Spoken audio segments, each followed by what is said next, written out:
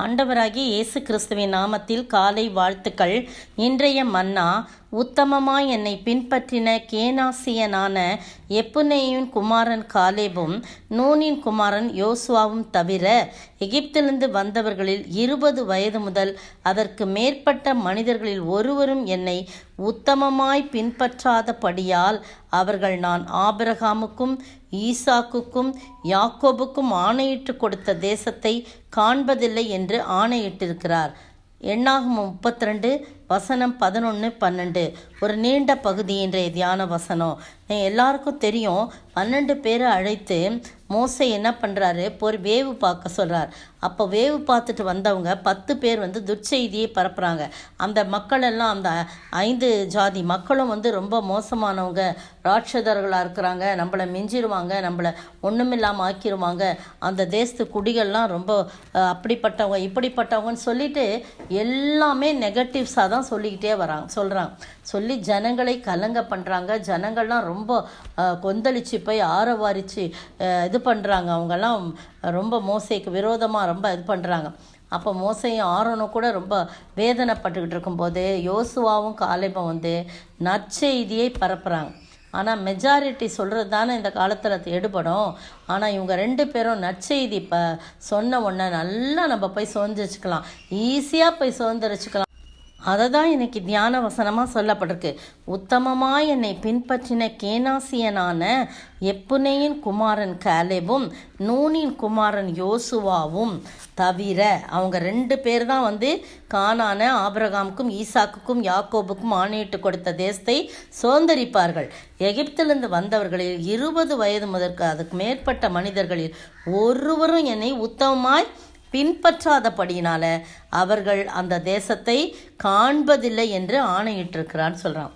எவ்வளோ பயங்கரம் பார்த்தீங்களா? ஆண்டவர் பார்த்துக்கிட்டே தான் இருப்பார். பார்த்துட்டே சும்மா இருக்கிறது போல இருக்கும். ஆனால் நியாயம் தீர்க்கிற தேவன், நீதியுள்ள தேவன். அவங்க 2 பேரும் சொன்னபடினால அவர்கள் கானானை சுதந்திரிப்பார்கள். எவ்வளவு என்னை பற்றி எவ்வளவு விசுவாசமாக இருந்திருக்காங்க அப்படின்னு சொல்லி அந்த ராட்சத மனிதர்களாக இருந்தாலும் எப்படிப்பட்டவர்களாக இருந்தாலும் அவர்களுக்கு பக்கத்தில் என்னை வைத்திருந்தபடினால அவர்கள் போய் நல்ல செய்தியை பரப்பினார்கள் என்று சொல்லி அவர்களுக்கு இந்த பாக்கியத்தை கொடுக்கிறத நம்ம பார்க்குறோம். அப்படியே 13 வசனம், அப்படியே கர்த்தருடைய கோபம் இஸ்ரவேலின் மேல் மூண்டது.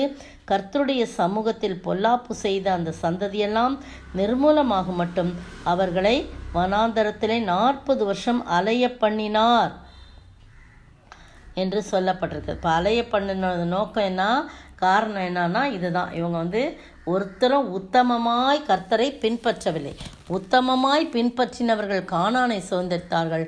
உத்தமமாய் பின்பற்றாதவர்கள் கானானை சுதந்திரிக்காமல் கர்த்தருடைய கோபத்துக்கு ஆளாறாங்க. நீங்களும் நானும் இந்த காலை வேளையிலே கர்த்தரை உத்தமமாய் பின்பற்றி அதன் மூலம் பரம கானானை சுதந்திரிக்கக்கூடிய ஒரு பாக்கியத்தை, ஒரு டிக்கெட், இப்போவே என்ட்ரன்ஸ் டிக்கெட்டை நமக்கு என்ன பண்ணுறாரு, கையில் கொடுக்குறார்.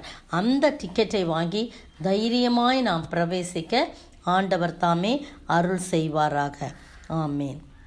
கர்த்தரையே உத்தமமாய் பின்பற்றினால் கானானை யாவருமே சுதந்தரிப்போம். உத்தமமாய் பின்பற்ற தவறினால் ஆசீர்வாதம் யாவையும் இழப்போமே. நீதியுள்ள கர்த்தரவரே, அல்லேலூயா, நியாயம் தீர்க்கும் கர்த்தரவரே. நீதியுள்ள கர்த்தரவரே, அல்லேலூயா, நியாயம் தீர்க்கும் கர்த்தரவரே.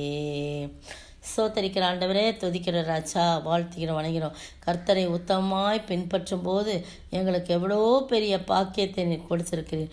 அதே நேரத்தில் உத்தமமாய் பின்பற்றுவது போல பின்பற்றி கர்த்தாவே ஒரு சில நேரங்களிலே ஒரு சில சமயங்களிலே உத்தமமாய் பின்பற்றாதபடி வழுவி போகிற மக்களாய் நாங்கள் காணப்படாதபடி ஆண்டவரை தகப்பனே, அந்த பரம ராஜ்யத்துக்குள் நாங்கள் செல்லும்படியாக அந்த லைசன்ஸை, அந்த நுழைவு சீட்டை எங்களுக்கு கொடுத்து எங்களை ஆசீர்வதிக்க வேண்டுமாய் ஜெபிக்கிறோம்.